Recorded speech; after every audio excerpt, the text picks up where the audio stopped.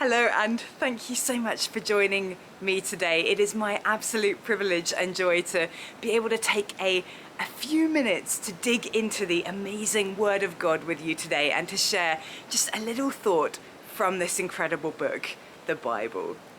Now, I'm sure that we've all experienced at some point or other in our lives those amazing moments where things just seem to connect in a remarkable way and in a way that we don't understand. And we might say something like, wow, what an amazing coincidence.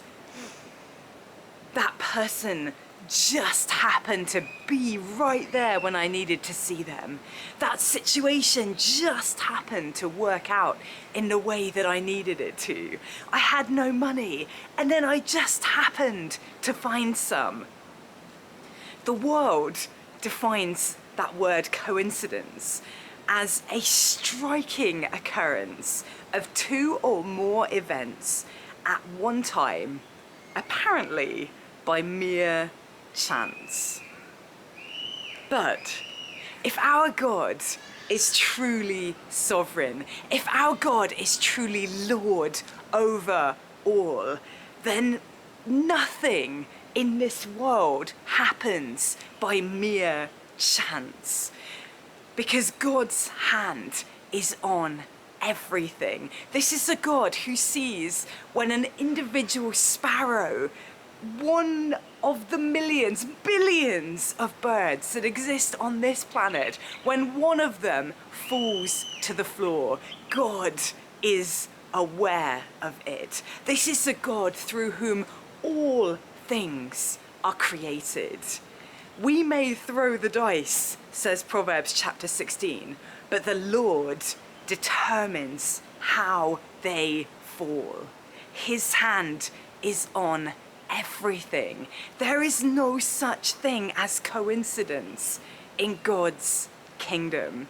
And in fact, the one mention of that word in the entire Bible, it only appears once, found in Luke chapter 10 in the story of the Good Samaritan, where it says that by coincidence or by chance, a priest was going down that road, and when he saw him, he passed by on the other side. That's the only time that we hear the word coincidence in the Bible. Your translation may say that a priest happened to be walking by, or by chance, something like that.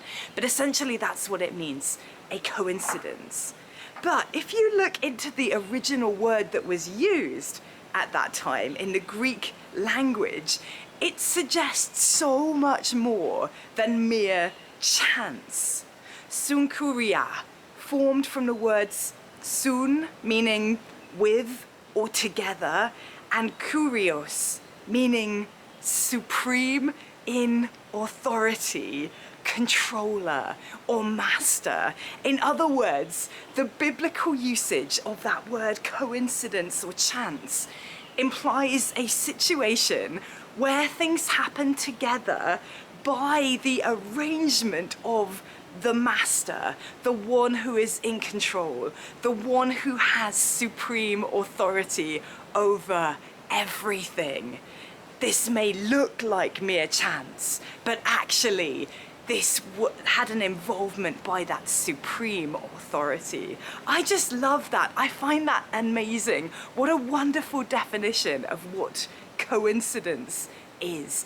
It reminds us that no situation is outside of God's control, no matter how much it may seem like mere chance on the surface to us. And that was exactly the case in a story from the life of Elisha. Now, you may remember a woman from a place called Shunem. She built a room for Elisha on the top of her house for him to stay in. She had a miracle baby. That child later died, but was then raised to life again when Elisha prayed for him. Well, Elisha goes specifically to this woman and gives her a message. He says, go away with your family and stay for a while wherever you can, because the Lord has decreed a famine in the land that will last 7 years. So she goes. She stays with the Philistines for 7 years of her life.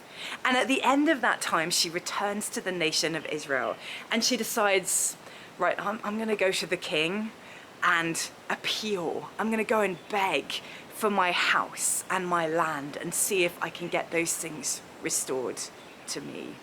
And I find it interesting that she's the one who goes, not her husband. Now, we know from that earlier story that her husband was an older man, and though we're not told so explicitly, I have a feeling he probably died, maybe while they were away, maybe before. We don't exactly know, but for some reason the responsibility for managing all of that, the family household, the finances, all of that responsibility has fallen on this woman.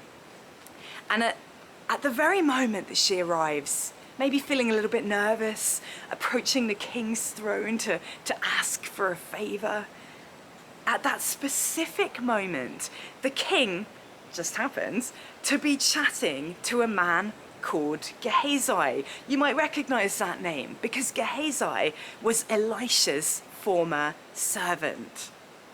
And at that very moment in time, Gehazi just happens to be talking to the king about the miracles of Elisha.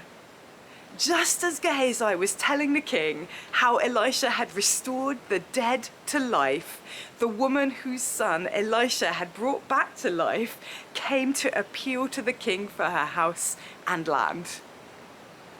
Well, that's a bit of a coincidence, isn't it? Bit of mere chance there. Even more so when you remember that Gehazi, after disobeying Elisha and taking a gift from Naaman after he was cured of his leprosy, Gehazi was himself cursed with leprosy, with a skin disease that should have stopped him from being in close proximity with anyone, especially the king of Israel. This was a ridiculously unusual audience. The king just happened to decide, do you know what, I don't care about that. I don't care about the possibility of being unclean or catching whatever this is. I don't care. I'm gonna sit down with this guy and listen to what he has to say anyway. And he just happened to hear about the specific story concerning this woman's life, literally as she knocked on the door. Isn't that incredible? So this woman, she retells the story to the king, and the king assigned an official to her case and said to him, give back everything that belonged to her, including all the income from her land from the day she left the country until now. After 7 long years, not only is she able to reclaim the land that she left, but even to receive the profit that it brought in during those years. And all because of what seemed like mere chance, because of what seemed like a coincidence. God is always working behind the scenes. Just as Romans chapter 8 tells us, we know that in all things, God works for the good of those who love him, who have been called according to his purpose. Now, I think that Elisha must really have understood this principle. He held this knowledge close to his heart because he knew that he could advise this woman to leave everything, to leave her source of income, her people, her home, because God would take care of her. Because in one way or another, God would work it all out for her good. But it probably didn't look so good for the woman at first. 7 years is a long, long time. 7 years of living in a foreign land, with foreign gods, with different customs and a different culture and different ways of doing things, of moving to a place where she knew absolutely no one, far from her home, far from everything that was familiar, perhaps losing her husband, perhaps wondering if when she did come back to Israel, if she would be coming back to poverty. It may have been a really hard 7 years. You notice that she is really quick to return to Israel when that time is over. You know, after 7 years, you might feel quite settled in a new place, right? You might think, oh, do you know what? I'm getting older now. I'm just going to stay here. I'm not going to make the journey back to who knows what. But no, she didn't do that. As soon as the allotted time was over, she returned back to her home land. She didn't want to stay in the place that she was, and that implies to me that maybe it wasn't the most pleasant 7 years of her life. Sometimes things look really difficult when we're in the middle of them. Sometimes we find ourselves, how, God, how could you ever bring anything good out of this place where I find myself right now? But it doesn't change the fact that the one who is supreme in authority, the master, the controller of all, is still working behind the scenes. And he is working for our good. Remember that. If things are hard right now, hang on to that truth, because one day you may have a moment just like that Shunammite woman where you realize that none of this was mere chance, but that God had his hand on your life all the way through that journey, even through the depths of despair, through those hardest of moments. God was still working, and he still had a plan to bring you home, to restore you, to bring you back to where you should be. God is at work.